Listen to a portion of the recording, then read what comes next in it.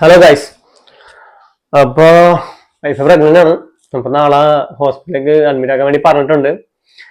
അപ്പൊ പുള്ളിക്കാരിക്ക് വയ്യ, കിടക്കാണ്. അപ്പൊ അവിടെ ഇവിടെയൊക്കെ പെയിൻ ആണേ.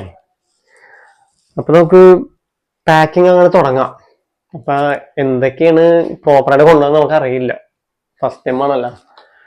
അപ്പൊ നമുക്ക് എന്തെങ്കിലും മിസ്റ്റേക്ക് ഉണ്ടെങ്കിൽ ക്ഷമിക്കണം കേട്ടോ ആദ്യം തന്നെ. അപ്പൊ ഇത് നമ്മുടെ റിസീവിങ് ക്ലോത്ത് ആണ്. ഇത് നമുക്കങ്ങനെ കാണാം. പിന്നെ ഉള്ളത് കുറച്ച് നാവാക്കുള്ള കുറച്ച് കെട്ടുടുപ്പുകളും കുറച്ച് കളർ ഡ്രസ്സും ഉണ്ട്, കളർ ഉടുപ്പുകളും ഉണ്ട്. പിന്നെ നമുക്ക് 2-3 തോർത്തുണ്ട്, ചെറിയ ചെറിയ തുണി.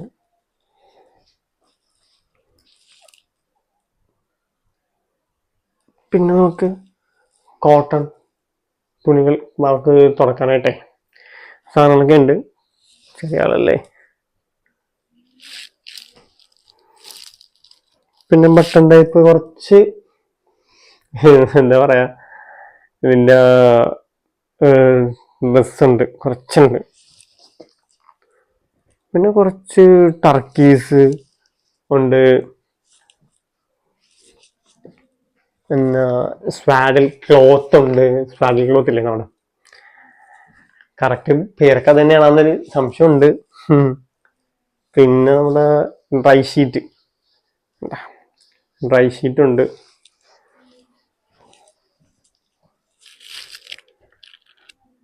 പിന്നെ മാമനെയൊക്കെ ഹോൾഡ് ചെയ്യുന്ന ഒരു ബാഗ് ഉണ്ടല്ലോ, ആ ഒരു ബാഗും കൊണ്ടുപോകുന്നുണ്ട്.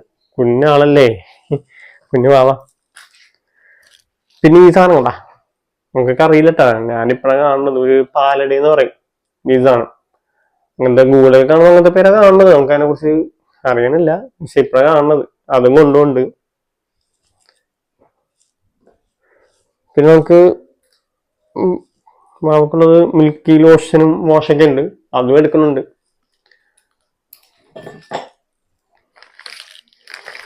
പിന്നെ നമ്മൾ മറ്റേ വാട്ടർ വൈപ്സ് ഒക്കെ എടുക്കുന്നുണ്ട്, വാട്ടർ വൈപ്പും എടുക്കുന്നുണ്ട്. പിന്നെ പാമ്പേഴ്സ്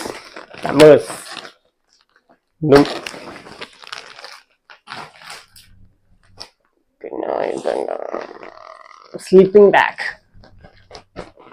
ബാഗ് ആകുമ്പോ പുള്ളിക്ക് ഉറങ്ങാൻ നല്ല മജയായിരിക്കും, നല്ല സുഖമായിട്ട് ഉറങ്ങാം, നല്ല അടിപൊളിയായിരിക്കും. പിന്നെ വേറെ എന്താണ്, പിന്നെ വൈഫിന് കുറച്ച് പാഡ് എടുക്കുന്നുണ്ട്. എന്തൊക്കെ എപ്പോഴും ആവശ്യമെന്ന് പറയാൻ പറ്റില്ലല്ലോ, പാഡ് വേണം. പിന്നെ പേസ്റ്റ്, ബ്രഷ് എടുക്കുന്നുണ്ട്. പിന്നെ സാനിറ്റൈസറും ഡെറ്റോളൊക്കെ എടുക്കുന്നുണ്ട്. പിന്നെ ഫേസ് ലോഷൻ, ഷാംപൂ ഒക്കെ എടുക്കുന്നുണ്ട്. പിന്നെ വൈഫിന് 2-3 ഓപ്പൺ നൈറ്റീസ് എടുക്കുന്നുണ്ട്. അങ്ങനെയൊക്കെ എടുക്കുന്നുണ്ട്. അപ്പൊ എന്തെങ്കിലും മിസ്റ്റേക്സ് ഉണ്ടെങ്കിൽ ക്ഷമിക്കുക. അപ്പൊ ഗുഡ് ബൈ.